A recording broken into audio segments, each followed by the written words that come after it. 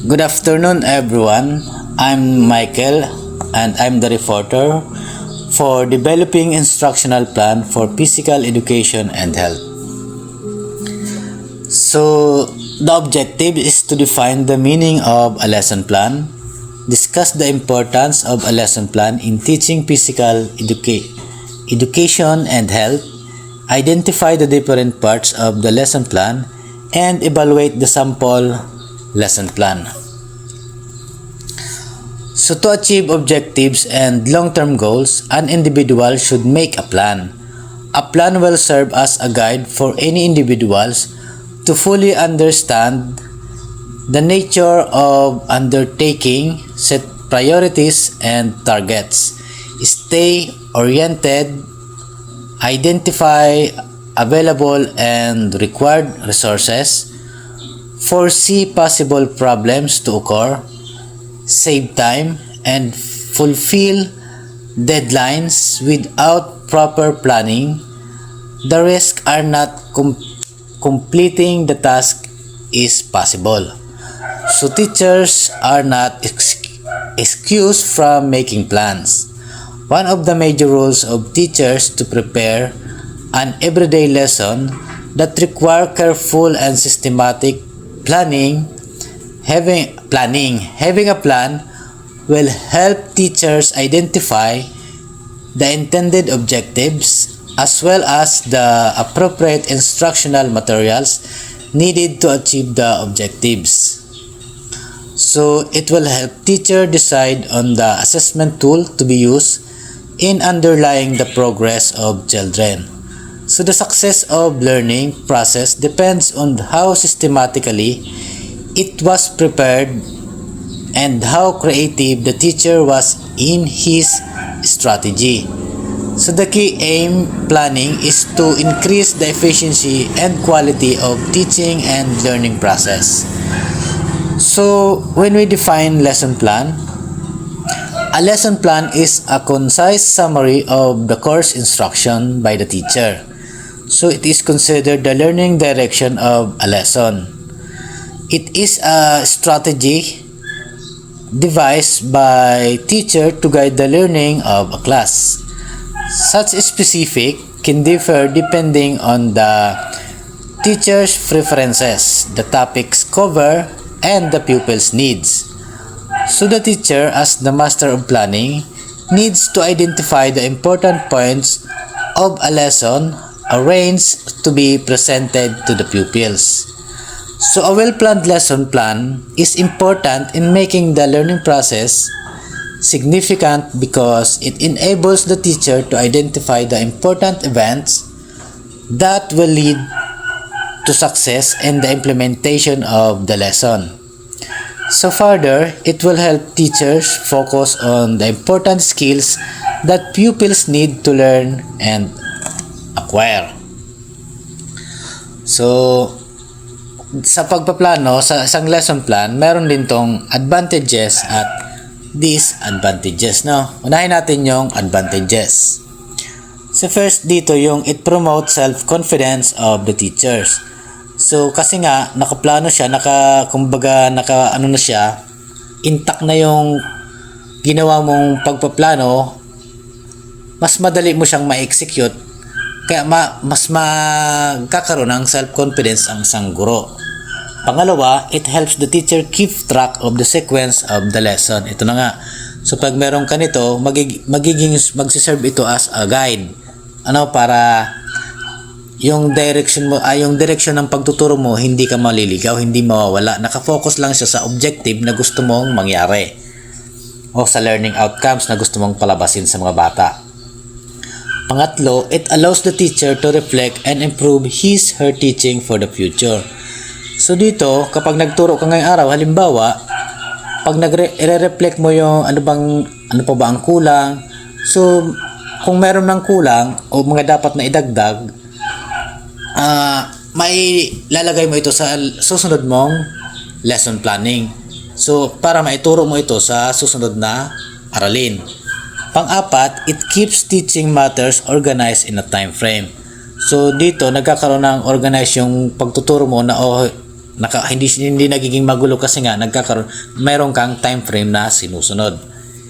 And then it helps the teacher to consider the characteristic of the pupils in the preparation of the activities. Yan.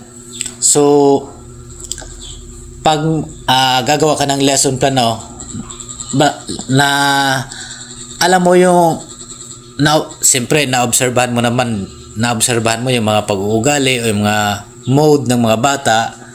Kaya dito maaari mong i-adjust yung mga activity na ipapagawa mo nang sa ganon mapanatili mo pa rin yung engagement, yung interactive ng klase. Pang-anim, it provides an opportunity for the teacher to anticipate possible problems in the execution of the lesson. Pang-pito, it inspired the teacher to formulate and ask relevant questions. Pang-walo, it helps the teacher to collect, create, and utilize appropriate materials for the learning process. And then, it helps the teacher evaluate the teaching learning process. Yan, evaluate mo rin yan sa pamagitan ng lesson planning. And the last, it guide teacher to assess if the learning objective is achieved. So dito, kasi nga, meron kang lesson planning na sinusunod, andun na nakapaloob yung objectives mo. So at the end of the class lesson, dun malalaman mo kung naabot ba talaga o na-reach mo ba talaga yung objectives na gusto mong mangyari. Kaya nakatulong ang pagkakaroon ng lesson planning. And then kung meron ng advantages, meron din ng disadvantages. Now, una, it does allow the teacher to work independently and it compromises flexibility.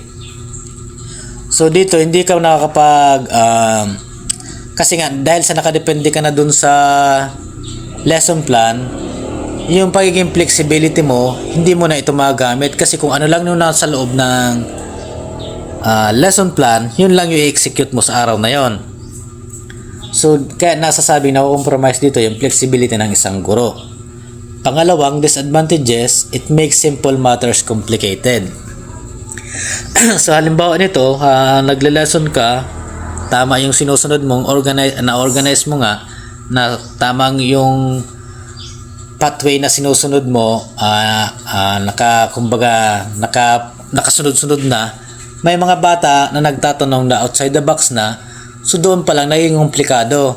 So kumbaga hindi naman yung kasama sa plano mo na ituro sa araw na ito. So kaya nagkakaroon ng yung simpleng bagay lang nagiging komplikado. Pangatlo, it allows the possibility of making the teaching process challenging. So nagiging challenging ito sa pamamagitan ng halimbawa, may mga batang pumapasok ng late, may mga slow learners, so kailangan mo pang mag-adjust, kailangan mo pang i-reteach o iulit o yung mga lesson yung mga nakaraang lesson. Kasi nga parang nga yung iba kumbaga maihabol mo sa ibang mga bata, maituro mo o nang maayos o pag may time na hindi pa magkaano nilang naintindihan, kaya kailangan mong ulitin sa kanila. Kaya naging challenge ito lalo sa mga palabs, yung madalas absent o late. Ayan, so para makasabay sila, so kailangan mong ulitin. Kaya nagiging challenging ito sa mga teachers. So meron tayong elements ng lesson plan. Una dito yung learning objectives sa element ng lesson plan. So sa objectives, so the teacher should determine the learning objective that he wants to achieve. So determining the objective can be done based on the attribute of the pupils and what is stated in the curriculum. So in establishing objectives, the teacher should select and rank the concept based on their importance. Yan yung sa learning objectives sa first element. Sa pangalawa, yung tinatawag na activities. So these are learning experiences ng mga bata provided by the teachers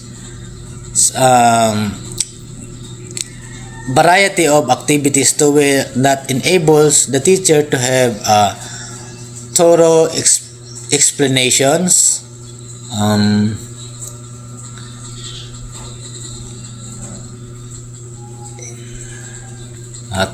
wait.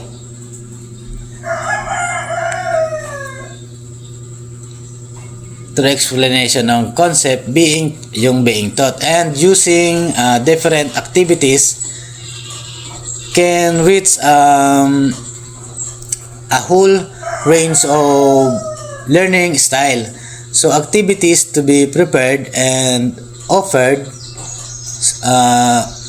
dapat yung mga pupils must be fun, engaging, enjoyable, and related to the real world situation. Yan yung mga dapat na activities na ibibigay mo sa mga bata. And then sa pangatlo, yung assessmental, no? Sa assessment, ito yung ang important part of the lesson plan for both the teacher and the pupils. So this help teachers identify the progress of the pupils. So dito sa assessment mo na to gagawin, ma-identify mo dito kung talagang mayroon ngang pagbabago o may natututunan ba talaga yung mga bata. So appropriate assessment tools must be properly selected by the teacher to evaluate what is needed to be evaluated. So ito ga assessment, sabi ga you measure what is intended to be measured. Yan yung ibig sabihin ng assessment. So sa pagpili naman ng tools na gagamitin mo, dapat nakaano ito. Kung yung gagamitin mo ang tools, dapat kung ano lang yun, dapat naaayon ito sa kung ano ang dapat mo lang na sukatin sa mga bata o evaluate sa mga bata. Now, also assessment can be used by the teachers to determine the strength and weaknesses of the teaching process through teachers' reflections.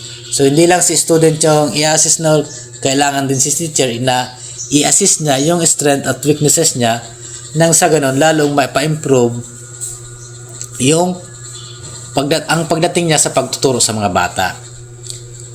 So the next reporter was Cyrus about the lesson plan and its part and the sample of the lesson plan. Thank you.